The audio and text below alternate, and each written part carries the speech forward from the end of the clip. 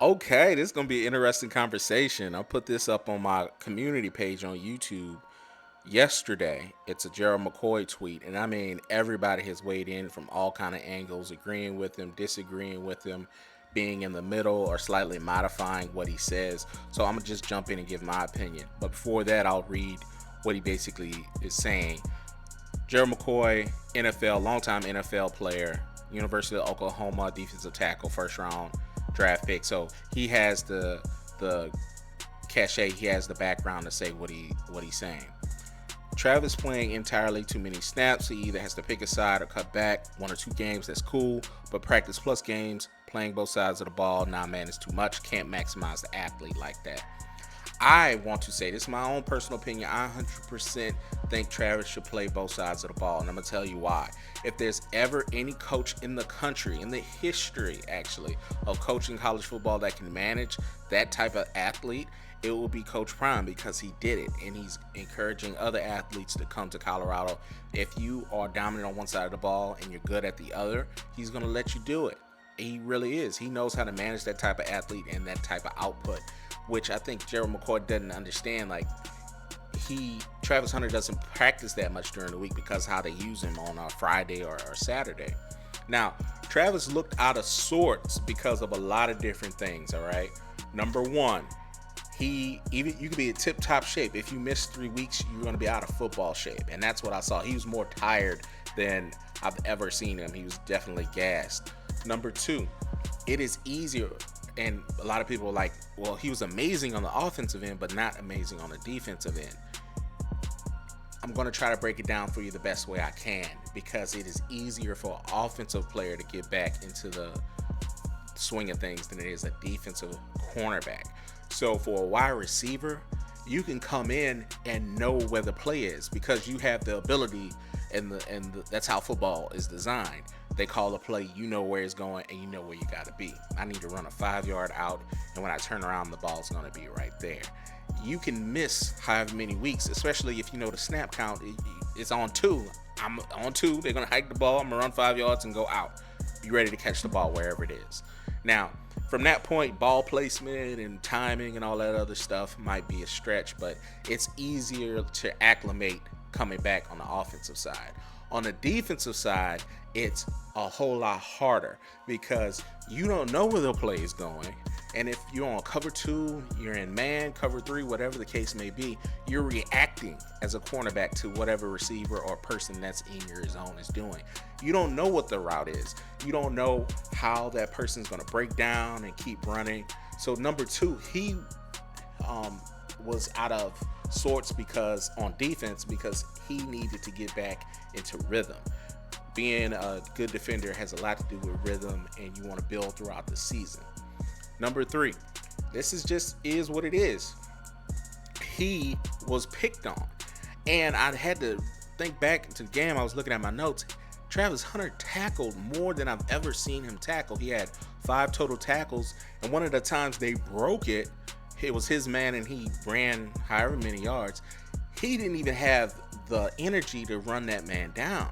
He's one of the fastest people on the team. Could not even think about running. He was jogging because he was gassed. So when you are hitting and tackling people on the ground, that takes a lot of energy, especially when you're using that energy on the offensive end. So why should he play both sides? Number one, he is by far the best defensive back they have.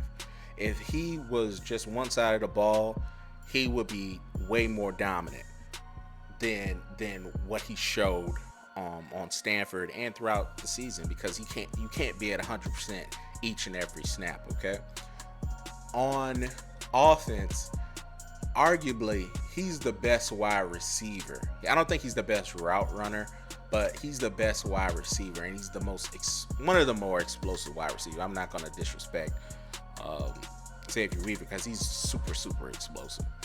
But that being said, when Travis is in the game and he's the second or third best receiver that's explosive and can make somebody miss and really get these chunk plays, 20 to 50 yard gains, that you can't double Xavier Weaver and Jimmy Horn at that particular moment. When you saw some of the touchdowns from Xavier Weaver, it was because he was one-on-one. if you remember the prior weeks before Travis Hunter came back, one of the biggest things that Oregon took away and USC tried to take away were those big plays. And they could do that because they were doubling their best wide receivers. That's how you do it. That's how you game plan. So with Travis Hunter in the game, you can't do that. So a lot of the offense, especially in the first half, was impacted because Travis Hunter was out there. All right, 100%. So you have to find something in the middle. And the reason why I'm saying that is because even when Travis gets back into tip-top game shape, he's in rhythm, I completely understand this point. And I'm taking the emotion out of it. It is what it is. The man has had a few injuries in his college campaign. So when he was at Jackson, the foot ankle thing in Colorado, unfortunately, some idiot hit him 5 seconds after the ball left. Okay. It wasn't his fault he got his liver lacerated. It wasn't his fault that this kid felt that he needed to do that. It wasn't. So I get it, but it's law of probability. The more snaps, and it is what it is in football, the more snaps, the more likely you're going to be closer to your next injury, because that happens.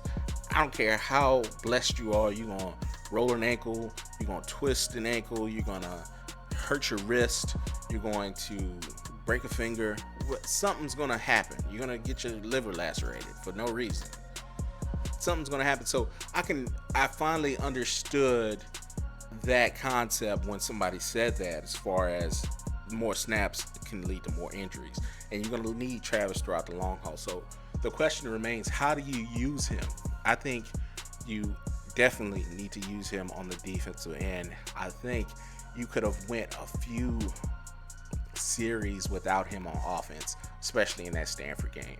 After the first half, I really felt that he could have skipped some series on offense, so they could have been fresher on defense in the second half. And I think they're going to try to play.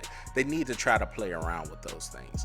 And at the end, you can't be so stubborn, because he's man on man with the Stanford guy. The Stanford guy is gassed. The wide receiver number 13 is gassed, but he doesn't play the defensive side of the ball.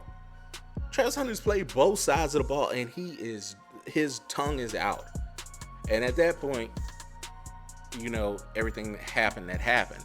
If he had not had so many offensive series, would that have transpired? I don't think so.